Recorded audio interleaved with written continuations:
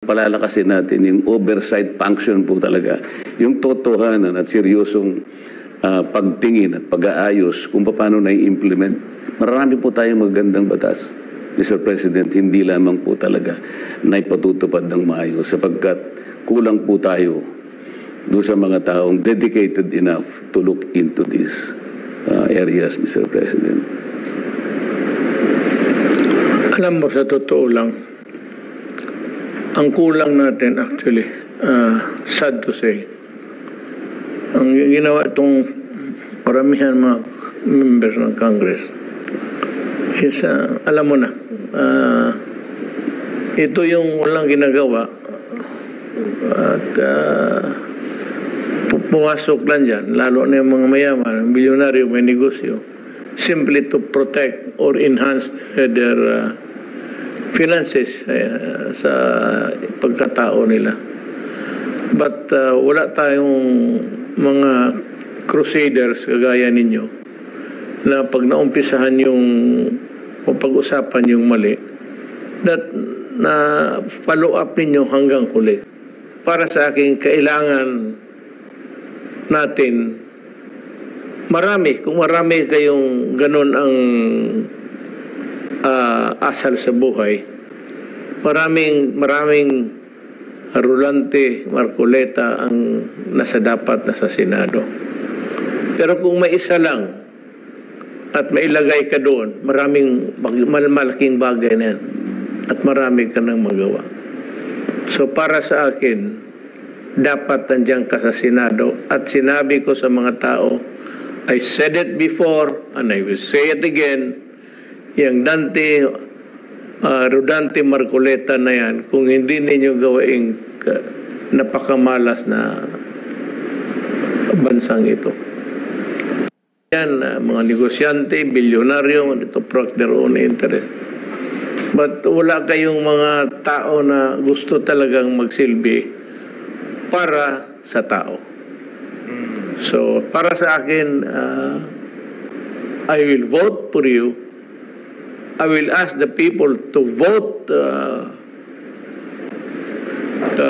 Marcoleta to the Senate so that he can be of use to the country. Yan ang appeal ko sa tao. Hindi sabihin na politika.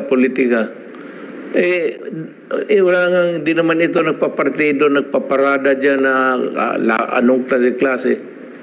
But on his own, ginawa niya yung trabaho niya.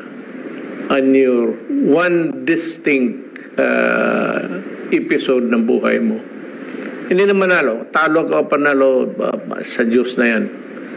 It's a destiny. Pero na may dumaang Dante Marcoleta dito sa Congress na ito.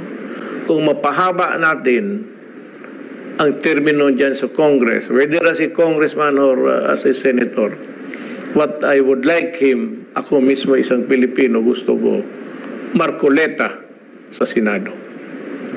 Yan ang sinasabi ko sa... Kung buboto kayo at maniwala kayo sa akin, iboto ninyo kasi he would be an asset sa ating gobyerno. Hindi lang sa Senado. At ang Pilipinas would be better, much better, if there are people working for the Republic of the Philippines. Yan ang masabi ko after hearing you. At yung aking pangparinig. So sana, ako magkakampanya at yung awareness kasi ninyo, hindi masyado kasi bago lang. Ito kasi yung mga senador, nailagay lang kasi kung tanungin yung tao, memory lang. At kung tanungin naman, hindi naman tinatanong, sino ba ito? Tinatanong lang sino ang... Yan ang problema sa Pilipinas. At tinatanong kayo, sino yung mga tao na makapagbigay ng, kaligayahan sa Pilipinas na nagpo-protect talaga sa atin. Ang marinig kasi ninyo yung araw-araw, maririnig niyo sila, Senador. Ba't pakinggan ninyo ako? Kasi ito, kailangan dyan. More than anybody else dyan sa ano. Kalimutan mo na yung iba. Wala naman talagang ginawa yan. Gusto ko nga sabihin, meron ba, pero ayaw ko kasi ayaw kong masira na baka inaangat kita sa parang senador using or at the expense of others. Hindi ako mag-ibang ng ibang kandidato. Ikaw lang mismo. Ang trabaho ko ngayon, hindi mag-atake ng mga mali ng kalaban.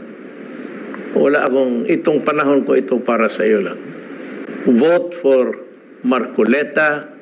The first name is Rodante. Sige, Rodante siguro okay na yan. Pero Marcoleta, wala lang kayong ibig sabihin, Marcoleta. Marcoleta para sa bayan. Thank you, Mr. President. Salamat po. Ayun na nga mga kababayan, abangan nyo na lang ho yung susunod natin mga video na kung saan mas makikilala nyo pa ho itong ating ang aga naman yung PH. Akala ko bang sa anong palalabas yung mga Hindi, labas na ho natin, no? Kasi nagdeklara na, yun lang naman ang condition natin makakaasa ho kayo na marami pa ho kayong makikitang mga ganyang klaseng video para mas makilala niyo pa ho itong si Congressman Rodante Marcoleta. Maraming salamat ho sa